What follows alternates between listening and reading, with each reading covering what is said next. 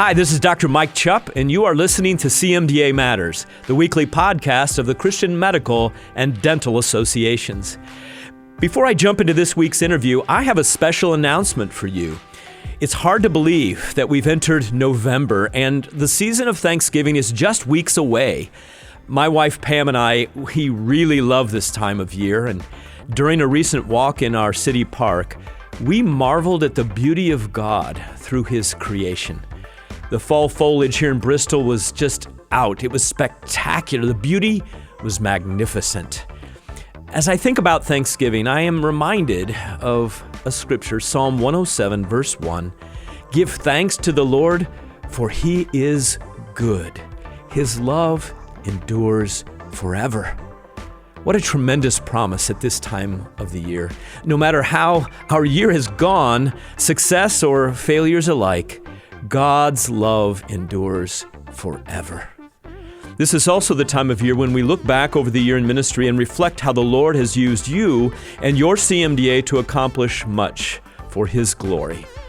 Through your prayers, leadership and service, and the generosity of many, your CMDA continues to bring the hope and healing of Christ to our world through healthcare professionals like you and your family members.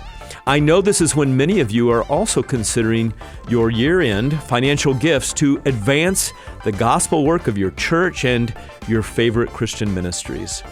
As you do, would you consider your CMDA this year? Our budget for charitable donations in November and December is $655,000. Yes, you heard that right, $655,000. To help inspire generosity, a small group of our ministry friends have offered an $80,000 matching gift, even in the midst of these difficult economic times. And the first $80,000 given during November and December will be matched dollar for dollar. You can help your CMDA claim this matching gift and meet our much needed this year financial goal.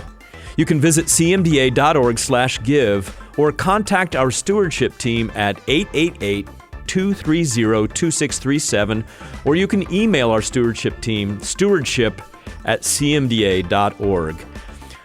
I sure look forward in future programs to celebrating the many ways that the Lord uses your generosity this year to advance the gospel through your CMDA as we enter 2023. I'm joined for this week's episode by Pastor Burt Jones, who directs our CMDA's Center for Wellbeing. I asked Burt to join me for a conversation with Dr. Ted Hamilton because Dr. Hamilton literally wrote the book on physician well-being. You'll hear more about his background in the interview, so keep listening for more.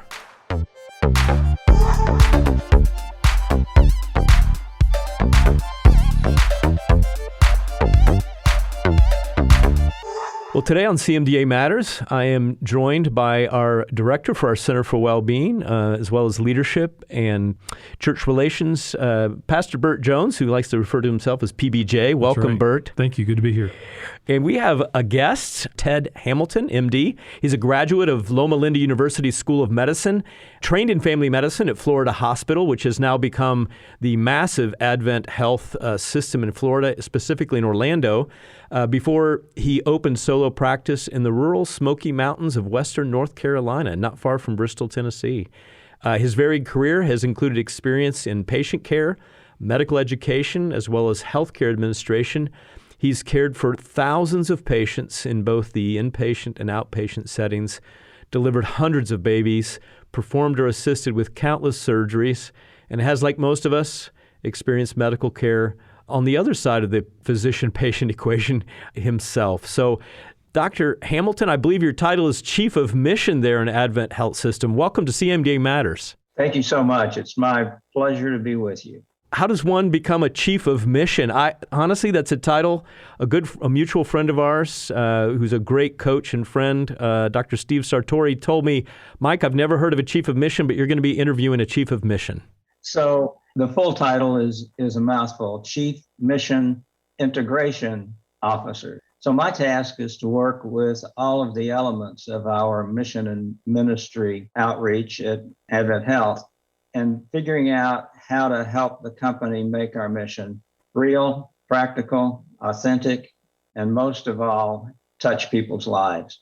So that's what I get to do every day. It's marvelous. Sounds like a great job. Yeah, it does. One opportunity that this role provides me is that at the beginning of every quarterly board meeting, we open it with a brief devotional or reflection, and followed immediately by mission and ministry report on what has occurred in the 3 months or so before the board meeting and what our plans are for the future.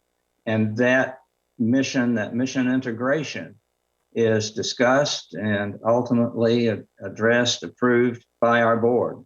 So it's mission is important in our organization, and that's one reflection of how we are held accountable for it by our governing body.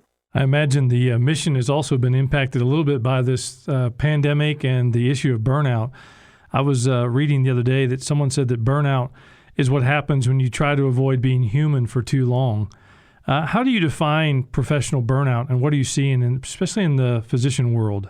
The gold standard for defining burnout is Maslach's burnout inventory. Based on extensive research over decades now, Dr. Maslach defines the primary characteristics of burnout as threefold. The first is emotional exhaustion. One's tank is just empty. The second really follows right in the wake of that, and that's depersonalization. So when the day comes that my clinical work consists of a checklist, and my goal is by the end of the day to have it all checked off, and I can't remember the name of a single patient I saw that day, that's depersonalization. And the third, which makes perfect sense, is lack of fulfillment or lack of professional satisfaction in one's work.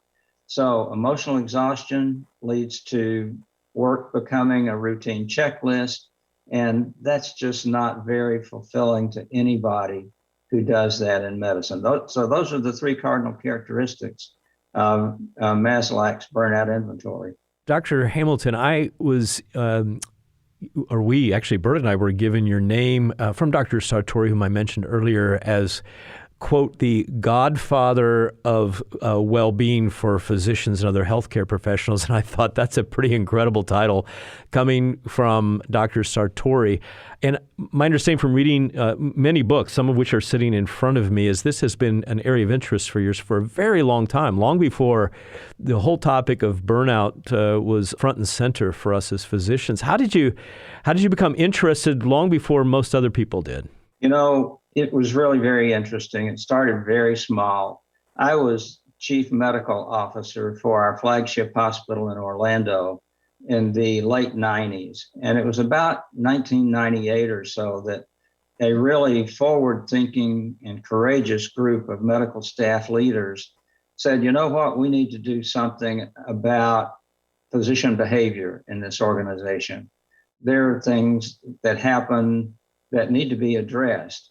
The culmination of that was that we worked with a law firm that does a lot of hospital work and developed our first citizenship policy, which helped to define behaviors that we want to applaud and develop and support, and likewise identified behaviors that don't reflect either professionalism nor compassion. And we published that citizenship policy and put a process in place to hold people accountable to that. And our CEO at the time was very supportive of that work, but he came to me one day and he said, this is good work. We need it. I'm glad we have it. But he said, I want you to think about how we might lift doctors' shoulders, how we can relieve some of the burden that they face every day. And that really was the spark that ignited our work and our thinking about physician well-being. We hired a professional counselor, a psychologist, and linked that with one of our hospital chaplains and began to make coaching/counseling available to physicians who, by their own recognition or by referral from others would take advantage of that. When they had their back up against a wall and didn't know where to turn, this resource was available. Within 5 years, we had to hire 2 full-time counselors, clinical psychologists, in order to satisfy the demand for services. The first 6 visits were free. After that, health insurance would kick in. It was absolutely confidential. It was secure, so that we even set up the waiting room and exit in such a way that no one would see who was coming or going. And that has been remarkably successful. That was the beginning. I love that image that you describe of lifting the doctor's shoulders. Kind of reminds me of that imagery of the Bible of, lifting up Moses' hands as they were going into the battle. What have you seen that has worked well in well-being and helping lift the shoulders of the doctors? And maybe even more specifically, how could CMDA do that for our members? Over the past 20, 25 years, this issue of physician well-being has really come to the fore. And major medical entities have gotten engaged. The American Medical Association, the ACGME, that is the graduate medical education entity, the various specialty societies, American Academy of Family Physicians, American College of Physician Executives, the emergency medicine groups, even the American College of Surgeons has become involved. So there's been a lot of activity around this issue of burnout, recognition, and trying to figure out what to do about it. And there seems to be some consensus on what to do about it, at least to the degree that we understand it. But the sad news is that over the past 12 years or so, since we first had reliable data about the incidence and prevalence of physician burnout, we've made precious little progress in reducing the incidence of physician burnout. The very first study that came out of Mayo Clinic in 2011 showed that by their own admission and based upon thousands of responses to a survey, about 40% of the physicians in the country were, by their own admission, experiencing one or more elements of burnout. And that stayed pretty constant until COVID came along 2.5, 3 years ago. And then it went up, ultimately exceeding the 50% mark. Some of the later data is suggesting that physician burnout is in the range of 54% now. So that's kind of a long preface to get to your question. And to get to the remedies, there are really 2 elements. One element is clearly an institutional element that only an institution can address. Things like the onerous electronic medical record that just chews up a physician's time and energy. What I refer to as the corporatization of medicine, in which physicians are now facing productivity standards for their practice and often unable to have, at least according to their perspective, sufficient control over their schedule and over their day, so that a large percentage of their time may be eaten up by elements of their work that are really unfulfilling.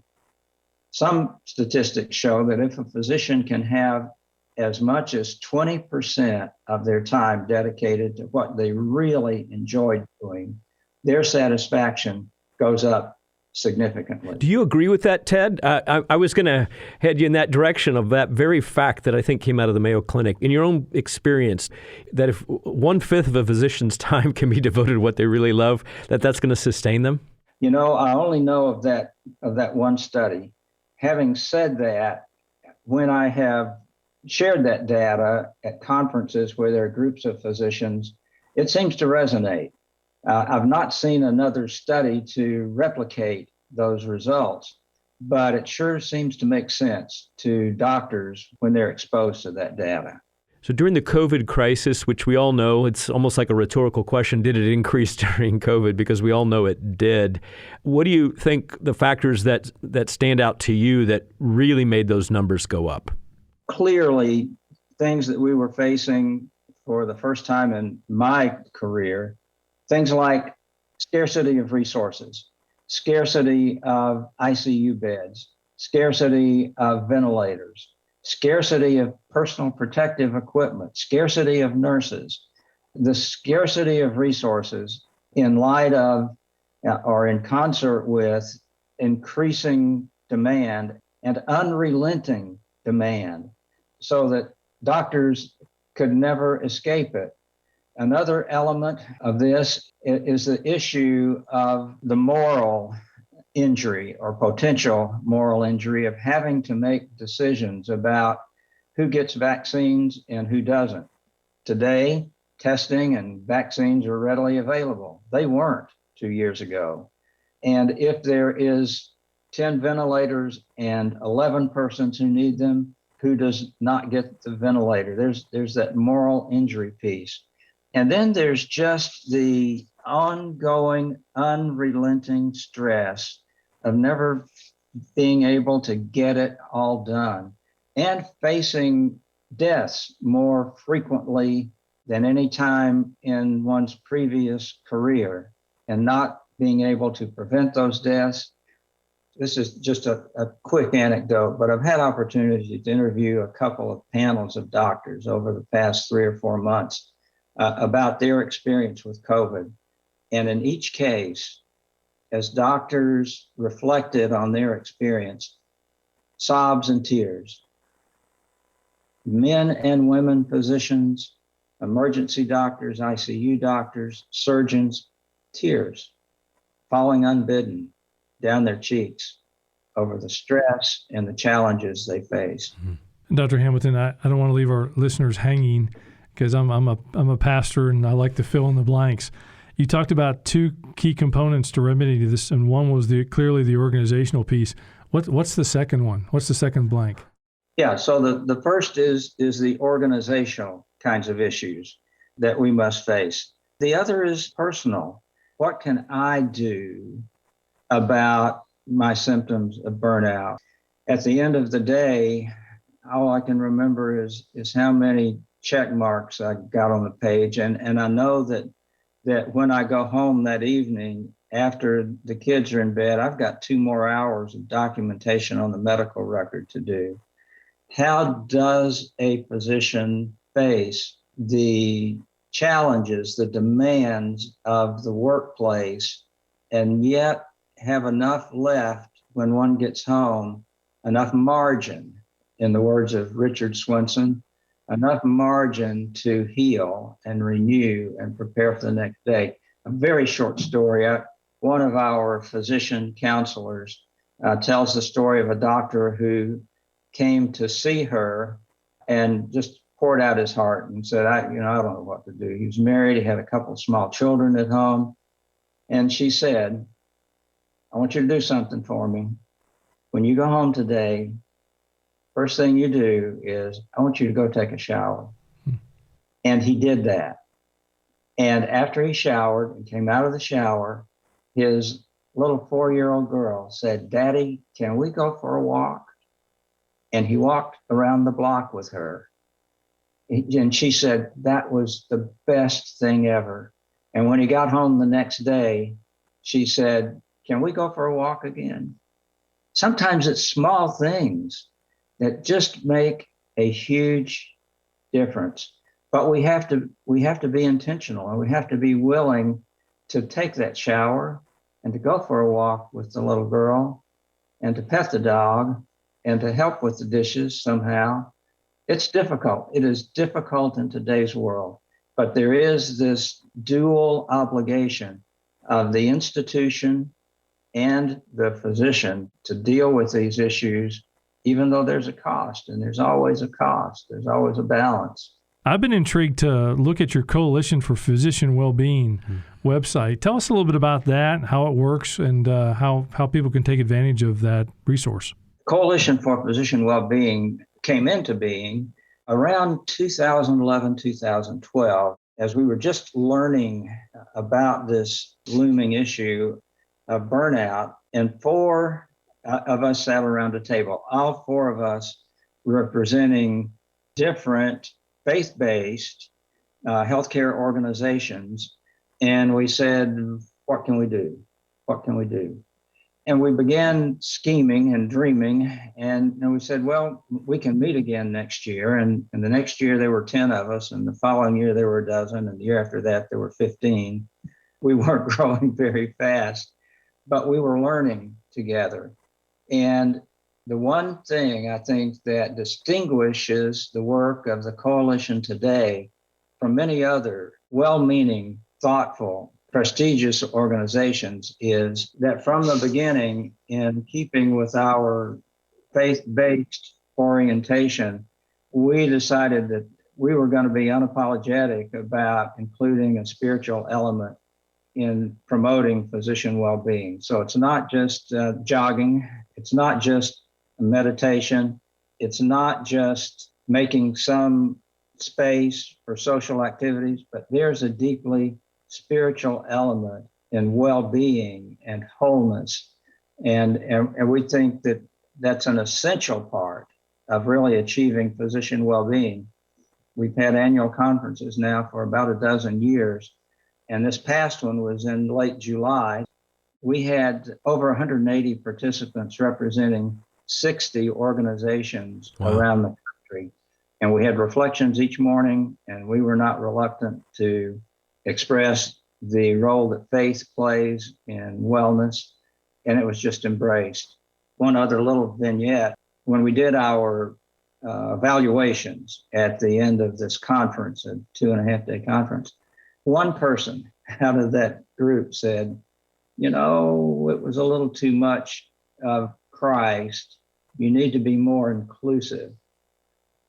And I told my staff that I would have been disappointed if we hadn't gotten that one, because it told me that we were hitting the mark. Yes. And it was really quite reassuring to me. If 180 people really found it to be helpful and one person said, yeah, you went over the line, that told me, I think we got it about right. That's right. Well, Dr. Hamilton, what do you think is the biggest gap right now in taking care of healthcare professional burnout? As we think about the role of the advanced practice providers or advanced practice clinicians today, they do what doctors do. They admit patients, they write orders, they do procedures, they make rounds, they take call. They act more like doctors than nurses, more like doctors and physician assistants. And they face the same challenges with one additional one. And that is, most of the time they report to physicians. And that brings its own challenges. So this year, 2022, we will be establishing a new subset of the coalition that will be directed toward addressing the unique challenges facing our advanced practice providers, the APCs.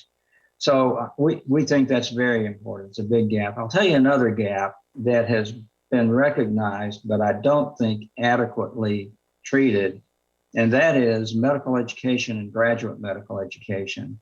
We know from good studies that students, upon entering medical school, their emotional and spiritual and physical health is really on a par with folk they graduated with from college who have gone into other areas.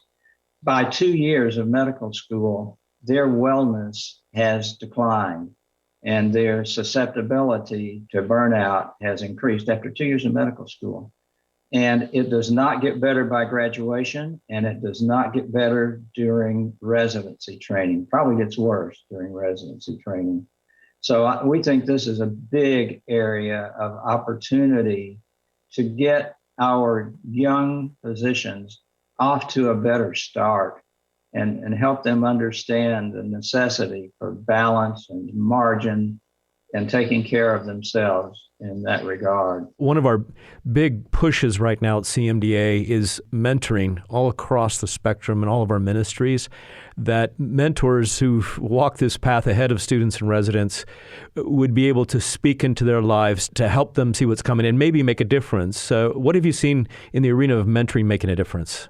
Just about a year and a half ago now, we introduced two programs that are just really going well.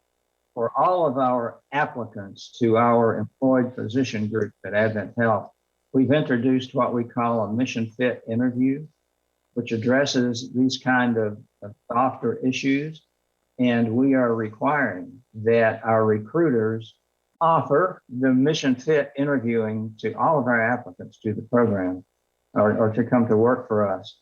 Tied to that, we at the same time instituted a mentoring program whereby for each physician that we hire, we assign a physician mentor, a seasoned physician, and we don't put them through a long training process. We just say, here's what we'd like for you to do. One time a month for the first 3 months of this new doctor's experience, do something with them. Have a cup of coffee, go to breakfast, meet them in the physician lounge, whatever, just once a month for 3 months. And then following that, once a quarter for the rest of the year. Well, by the time they've done that, they've developed a relationship. And it has amazed me how many physician mentors have stepped up and said, I'll be a part of that. This is volunteer. We don't pay them for it. That has just been an eye-opener for me. It's a wonderful thing. We're fully supported. It makes a difference. Dr. Hamilton, you have a brand new book, The Healer, Peace, Prayers, and Promises. We've been enjoying taking a look at that book. Tell us a little bit about what led you to write it and how you hope the Lord uses it. The germ of the idea for The Healer, Peace, Prayers, and Promises started about a dozen years ago when we have a small but very good publishing entity within Advent Health, 8 or 10 people who publish and help us get things published. And the leader of that, the director of that publishing entity, began circulating a little idea. He said, why don't we get together and write a health and healing Bible? Well, I thought that was a grand idea, but it just didn't get off the ground. We all had day jobs, and to do a whole Bible with applications regarding health and healing, it was just too heavy to lift off. But that idea stuck in my mind, and a couple of years ago, I thought, you know what? What if I just take Luke and John, Dr. Luke and John, whose gospel is unique among the 4 gospels, and look at the healing ministry of Jesus, both his healing miracles, but the other ways that he went about healing people, and see if we can't make reasonable applications to 21st century medicine. This book initially intended for patients who are facing an illness. They may be in a bed in a hospital, they may be facing surgery, they may be facing a diagnosis that is very serious. It was intended for something to put at the bedside for patients to find comfort and hope during their time in the hospital. But as it developed and rolled off of my computer, it just suggested to me that this is for more than just patients. It's for families, and it's for caregivers, both personal and professional. And as it's turned out, the book's been out several months now, that's turned out to be the case. I have chaplains and doctors and patients and families who are seeing Jesus perhaps in a new light and seeing healthcare in a new and different light. So that's the book. Well, it's a great resource that you and other physicians, other healthcare professionals can hand to patients and be a form of a faith flag, as we talk about around here.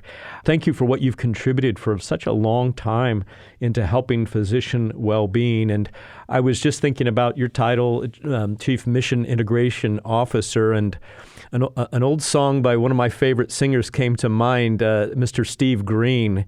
Actually has a song entitled The Mission. Mm-hmm. And I just wanted to close our interview with those words of the chorus of that song, which ring really true in the heart of this former missionary. To love the Lord our God is the heartbeat of our mission, the strength from which our service overflows. Across the street or around the world, the mission is still the same: proclaim and live the truth in Jesus' name. And you have proven over many years that when physicians are doing well, that they have high well-being, that they engage, they're more likely to engage with an organizational mission. And so I can see why you are monitoring the well-being of your healthcare professionals across the Advent Health system. Thank you for joining us today, Dr. Hamilton. And any closing words for us? A word of appreciation for the work that CMDA does. As I thought about the contribution that CMDA has made in so many areas, but particularly to deal with this issue that we call burnout, CMDA brings many resources to the table that build healthy families, help establish solid friendships, that encourage an approach of faith. So the work that this organization does with its spiritual emphasis and its service opportunities, I think is absolutely remarkable and is part of the solution to physician burnout. Well, thank you so much, Dr. Hamilton. It's been a joy to listen to you and to have this interview today. And we hope that the Lord allows us to have many more opportunities to link together in ministry and helping provide well-being for healthcare professionals. So God bless, and thanks for joining us today. Thank you so much. It's been a pleasure and a privilege.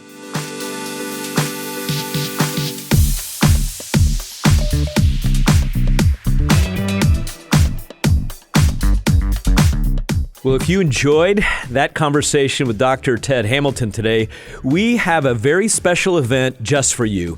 Each year, on the last Tuesday of November, our nation celebrates Giving Tuesday. On this special day, we're all encouraged to give an extra gift to help our favorite charities. Well, this year, instead of asking our members and our champions for a gift to advance the work of CMDA, we have a special gift for you, our faithful listeners, donors, and members. Dr. Hamilton has graciously agreed to lead a webinar focused on the well-being and burnout that many healthcare professionals are experiencing today. We will make an announcement on November 29th about that webinar, which we plan to offer in early December. If you'd like more information or to be placed on the RSVP list for the webinar, you can email our stewardship team at stewardship@cmda.org or watch for our email announcing this on November 29th. There's no question, friends, that the topic of burnout is here to stay, whether we like it or not. We've talked about it on multiple episodes of the podcast. We've written articles and blog posts about it, and it continues to be an increasing issue in healthcare, as our conversation with Dr. Hamilton shows. Your busy schedules, overwhelmed clinics, increased workload, and so much more contribute to burnout among healthcare professionals. And here at CMDA, we know that many of our members are feeling the overwhelming need for help to face these challenges. We've been observing and listening to these needs, and that's why we're expanding CMDA's Center for Well-Being, as well as increasing our list of services for you in the center. At the Center for Well-Being, our mission is coaching and caring for healthcare professionals. Did you know that we have experienced professional coaches available to help you through the opportunities and challenges that you face in healthcare? You can email us using coaching@cmda.org to learn more. Did you know we offer certified coaching training courses that can prepare you with the skills for coaching those in your sphere of influence? Our 2 popular continuing education qualified coaching courses are having a tremendous impact in the healthcare community. Did you know CMDA's marriage ministry falls under the Center for Wellbeing? We offer marriage enrichment weekends and retreats for our membership to refresh and restore their marriages. Did you know the medical malpractice ministry would love to help you as you walk through the difficult challenge of facing your malpractice lawsuit? We know this can be a stressful time in your life, and we have a team of doctors who've been where you are, and they passionately want to help you through the challenges that they themselves have faced. Did you know we now offer classes and resources for mentoring with a coach approach?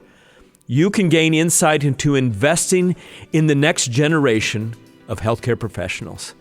Did you know we now offer coaching and member care for our healthcare missionaries?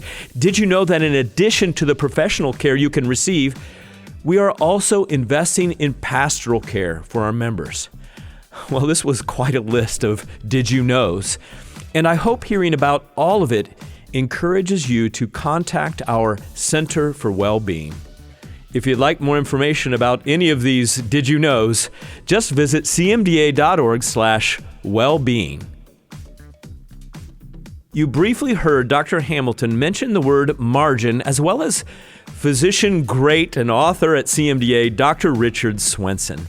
If you're not familiar with his books, I want to encourage you to check out A Minute of Margin, Restoring Balance to Busy Lives. And it's available for you in the CMDA bookstore. With 180 daily readings, this book addresses the need to close the gap between rest and exhaustion in our overloaded lives. If you feel under-rested and overwhelmed, steal a minute to reflect and revitalize with Dr. Swenson's prescriptions for peace. By reestablishing leeway between your schedules and your limits, you'll be free to live more peaceful lives. You can order your copy today just by visiting cmda.org/bookstore. An additional resource we have here at CMDA that I think could be helpful to you, especially if you're feeling that increased level of burnout, is CMDA's weekly devotions. Written by past CMDA President Dr. Al Weir, who also received our Servant of Christ Award recently. These thought-provoking messages are designed specifically for healthcare professionals and the challenges that we all face on a day-to-day basis. If you're not yet subscribed to receive his email from us, just please visit cmda.org/blog today, and you can sign up. I do have one more announcement before we close, and it's especially important for our listeners who might be looking to fill open positions at their clinic or even looking for a new position for themselves. Have you heard about CMDA Placement Services? It is a recruiting service that brings together healthcare professionals of like-minded faith who want to further God's kingdom.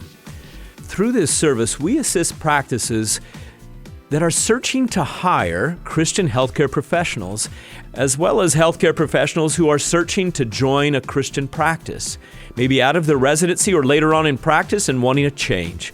We have a number of opportunities across the United States, and the information is constantly being updated on our website. Our service is free to healthcare professionals seeking a position. We are one of the most widely utilized ways that believers link together, and our experienced placement specialists are happy to assist with your search as you seek the Lord's direction for your career. If you'd like more information, visit cmda.org/placement today.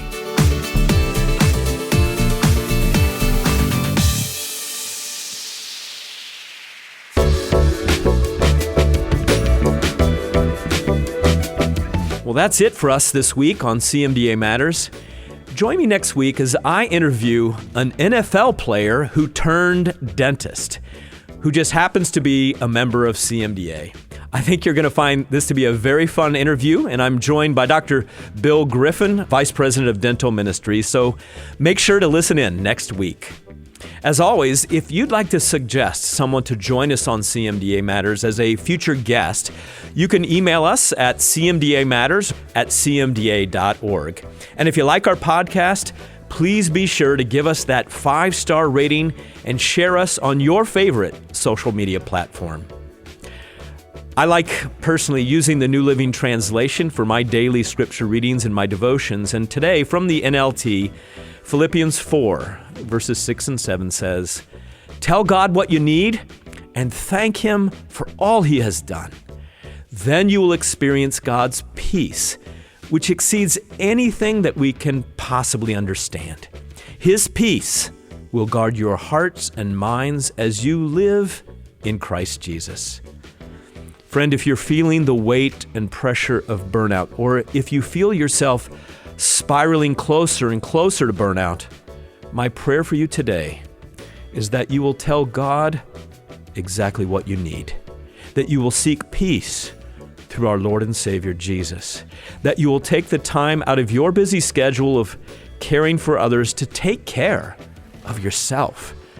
And I also pray that His peace, it will guard your heart and guard your mind as you bring the hope and healing of Christ to our world. That's what always matters to CMDA and CMDA Matters. We'll see you next week with that NFL player who turned dentist, God willing. Bye for now.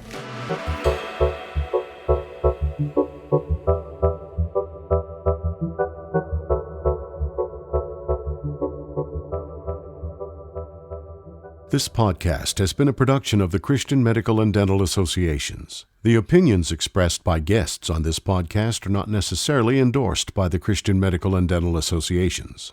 CMDA is a nonpartisan organization that does not endorse political parties or candidates for public office. The views expressed on this podcast reflect judgments regarding principles and values held by CMDA and its members and are not intended to imply endorsement of any political party or candidate.